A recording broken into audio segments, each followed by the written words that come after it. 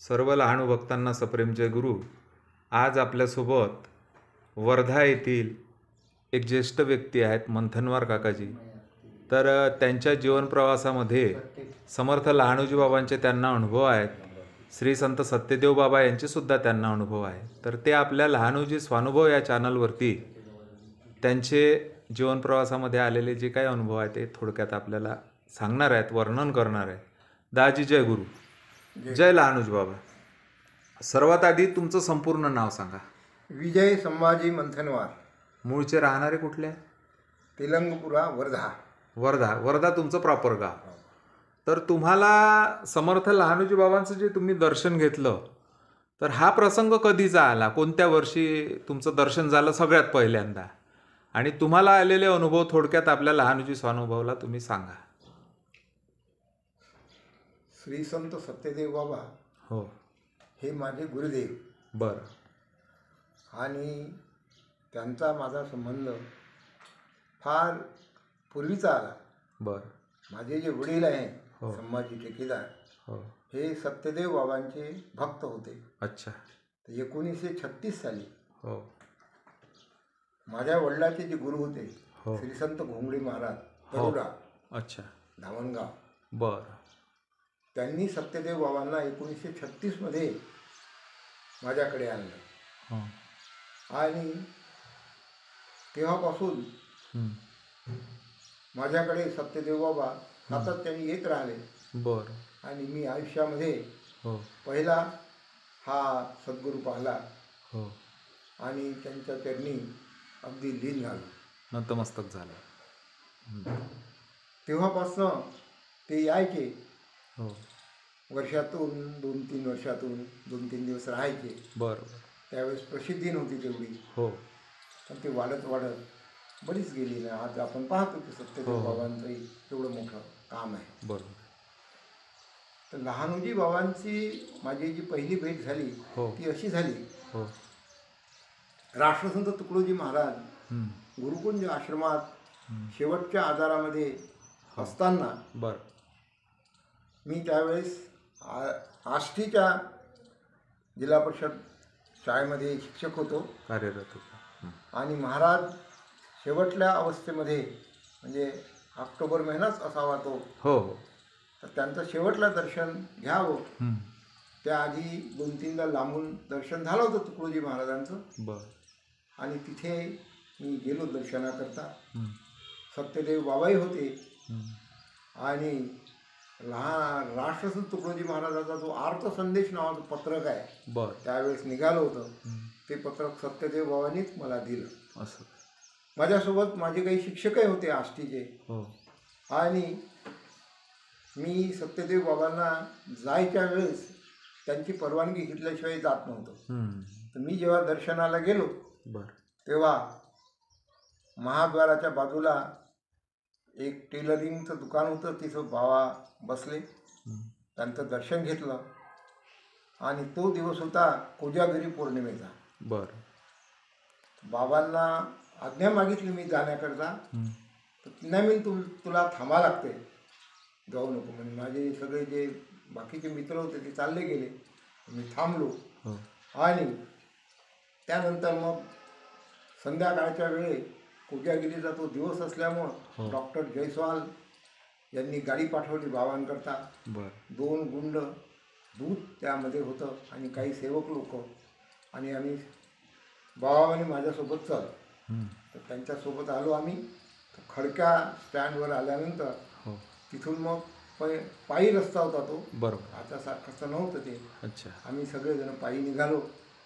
आणि टाकरखेडच्या जसं जसं जवळ गेलो हो त्यावेळेस आद्य ग्रामगीताचार्य बेलोरकर दादा हो यांचं प्रवचन ग्रामगीतेवर सुरू होतं टाकरखेड्याला. टाकरखेडला. बरं.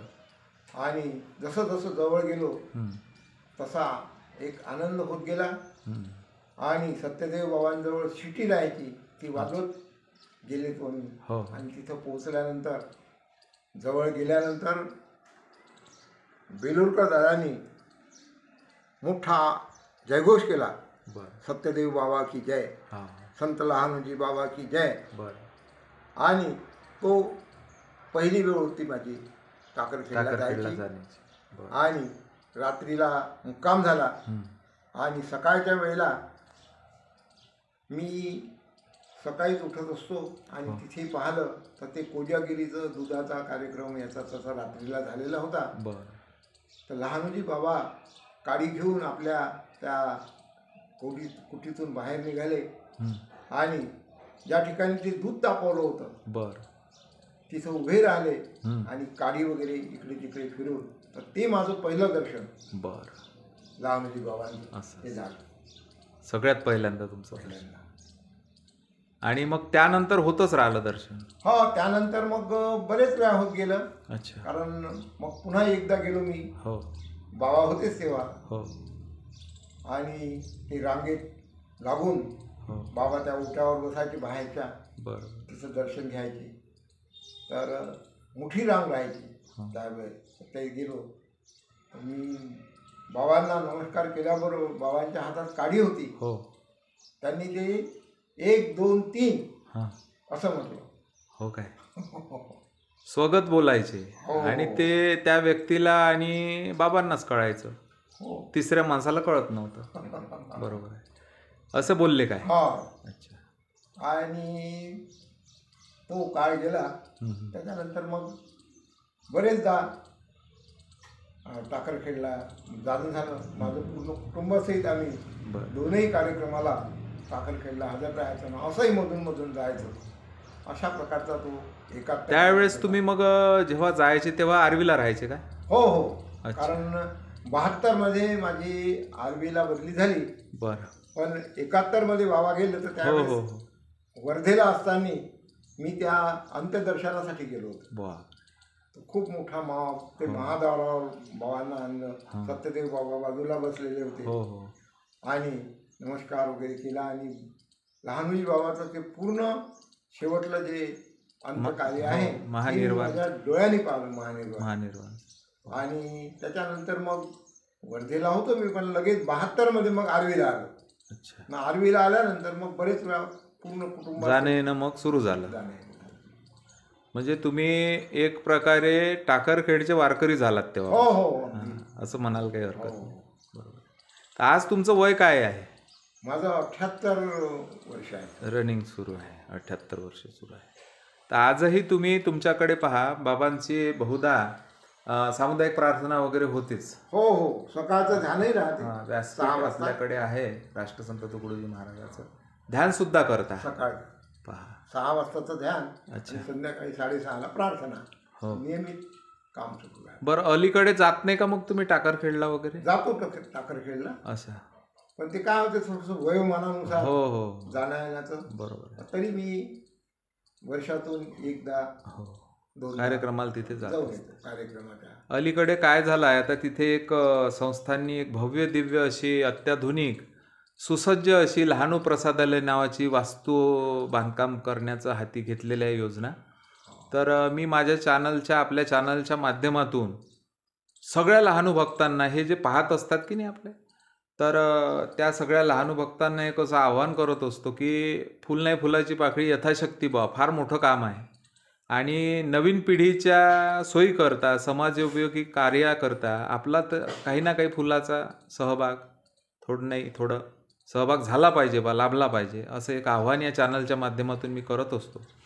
आणि तुम्हाला आणखी काही जर सत्यदेव बाबाचे म्हणा, लहानोजी बाबांचे काही अनुभव आले असेल तर ते अनुभव थोडक्यात तिथे विशद करा अशी विनंती करतो. परत सत्यदेव बाबाचा एखादा प्रसंग वगैरे जर तुम्हाला आठवत असेल तर सांगा.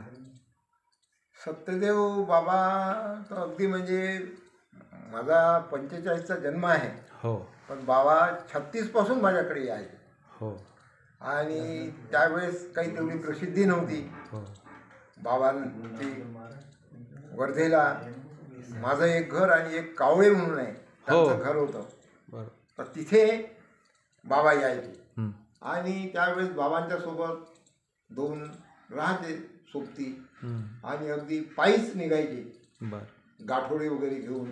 हो आणि त्या आमच्या त्या आखाड्याच्या जवळपास आले का मोठ्याने आवाज द्यायचा, थंबाजी ठेकेदार आम्ही आलो. आणि आम्हाला मोठा आनंद व्हायचा. हो बोबडे बोल होते त्यांचे. हो. बरोबर. आणि अशा प्रकारचा हा सगळा म्हणजे काळ गेला. हो पण काही काही मग अशा गोष्टी झाल्या की जसं माझं लग्न जुळायचं जेव्हा वेळ आला, हं. तर त्यावेळेस नागपूरला महालमध्ये विठ्ठलबाबू सिंगम म्हणून होते. बरं. आणि ते दामोदर महाराजांचे भक्त होते. अच्छा. हो दामोदर महाराज लहानोजी महाराजांना खूप मानायचे हं. आणि तिथे नेहमी यायचे, बरेचसे फोटो हो हो हो हो बरोबर. तर माझं लग्न सत्यदेव बाबा आणि दामोदर महाराज यांनी जुळवलं. बापरे. तर 68 मध्ये लग्न जुळलं हं. आणि लग्न देखील झालं. तर राष्ट्रसंत तुकडोजी महाराज तेव्हा नव्हते. बरं.